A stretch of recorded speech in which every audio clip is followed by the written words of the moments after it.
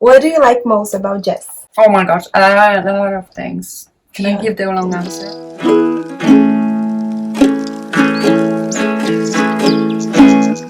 I really, honestly, if I had a lot of things that are not good to say, I would never want you to stay here another year. She's super loving. I mean, even whether it's some girl on the street, some random person, my friends, the girl's friends, she's super loving. Shows love all the time. She's very calm, so the girls can feel that. She's very often calmer than I am. So, and the girls can listen to her better, because when I lose my patience, I'm just like, oh my god. Very giving too. Like, just her heart is full. Just generous, like, for the girls, and just helping us, which is also very generous. Helping besides her work schedule, not only work schedule, but after that, anything. What made you choose Jess in aupair? I don't know. It was just very easy to talk to her. That's not a big thing. Like, we just talked and talked. Like, her English was a little bit, not as good as now, but still, there was a really good connection. I felt like I've known her for a little longer than just like 5 minutes. So that was a good sign.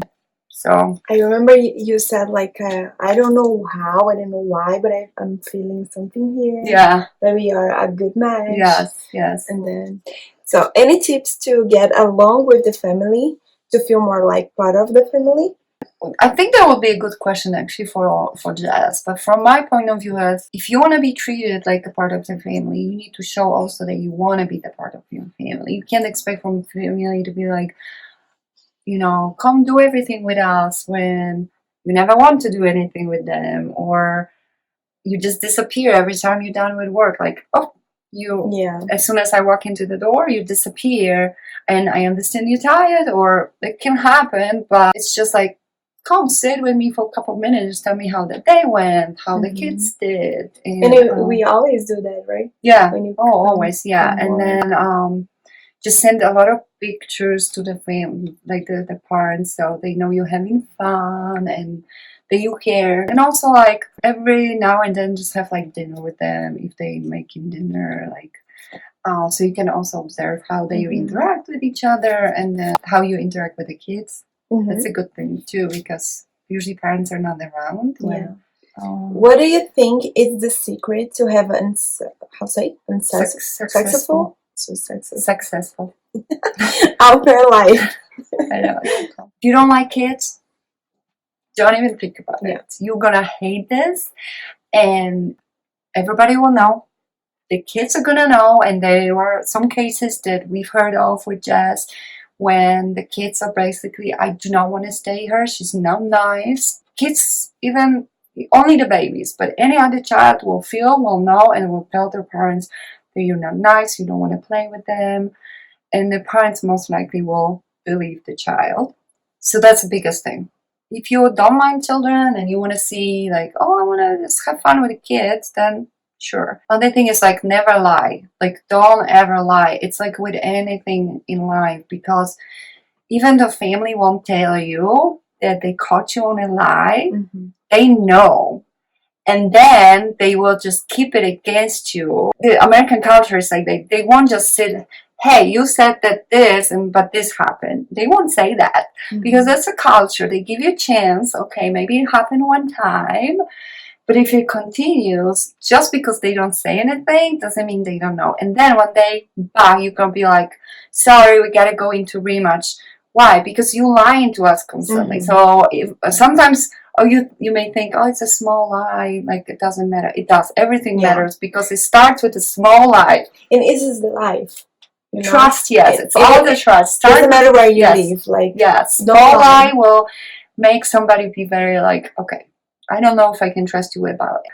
I'm not saying that every family is gonna be the same, or is gonna think the same way we thinking. How it feels to have a stranger living in your house and taking care of your kids? I mean, Jess is no stranger anymore. You can make it a stranger for as long as you want. It's up to you. Like if you work well with au pair and au pair works well with you, it's not stranger anymore. It's like the same with just a nanny that doesn't sleep in your house, but she still stays in your home all day. Like in the beginning, she's a stranger. it's the same thing. You don't know what happens. You have to like trust and then trust your instincts too. But if we never trust anybody in this life, then we can't really live. I mean, yeah, it's hard for us too. Like we are coming and we don't. You at first you don't feel like it's your home, and then after a while, okay, yeah, it's my home. That's where I live. I know. And about the girls, like they watch the girls in my stories and my YouTube channel. Some people ask me like how your family feels about your videos with the girls and about. She asked us. We just want to make it clear if she could do that, and always make sure you ask. If you come here or when you come here, make sure before you post even the smallest picture, you have to ask. Because even a lot of my like neighbors, my friends, they still don't post pictures of their children on Facebook. And I think they just don't want anything out there. So yeah, some family. I do that. That's why I said that's fine, because we do that. We post pictures. So, I mean, it's the same thing. Marta, what Jess means to you today? Oh my gosh. She is... honestly, I feel like kind of partially like my daughter. I mean, my feelings are, if somebody was hurting her, I would be just all over that person. It's in my heart that I would not let somebody hurt her. That's how strongly I feel.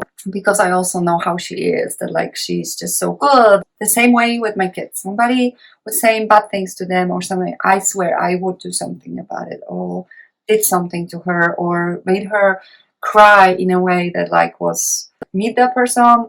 I would be very protective of Jess. So partially it's like a daughter, and then partially she's like my big support system. We work as a team very well. That's how I feel. If I forget something, no worries, I already figured it out. Before my like whether we had nanny or au pair, it was always I had to make sure everything had to be written down, prepared, because I was stressing out like, if I don't have it ready, then what they gonna do? She definitely is part of this family, and she will be always part of this family. Lucas and her are always gonna be welcome here. Your first contact with Jess, how was your first impression? What did you feel about her? Please be honest. She just seemed very much like a sweetheart. But again, you know, it was something like a feeling, because anybody can just play, oh, you know, I'm this sweet girl, but it may not be real. To be honest with you, I never really looked at the pictures even. I just don't, because, honestly, here's how I feel, but it does not mean that everybody feels it, or that's the way it is. To me, anybody can make a picture however they want this to look, okay? Yes. I can pretend that I don't like somebody, but in a picture we can make it look like we are best friends, or we don't have a good family relationship, but everybody's in this big family picture. What?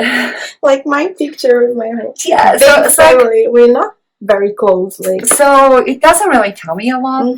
That's how I feel. But doesn't mean don't care about pictures or don't care about videos. Do the best job you can, because this is just me, how I feel. But maybe other families only look at the pictures. I don't know. I only watched Jess's video. She sent it to me like 3 months after she came here. Oh, did you see it? I said, no. Oh, do you want to see it?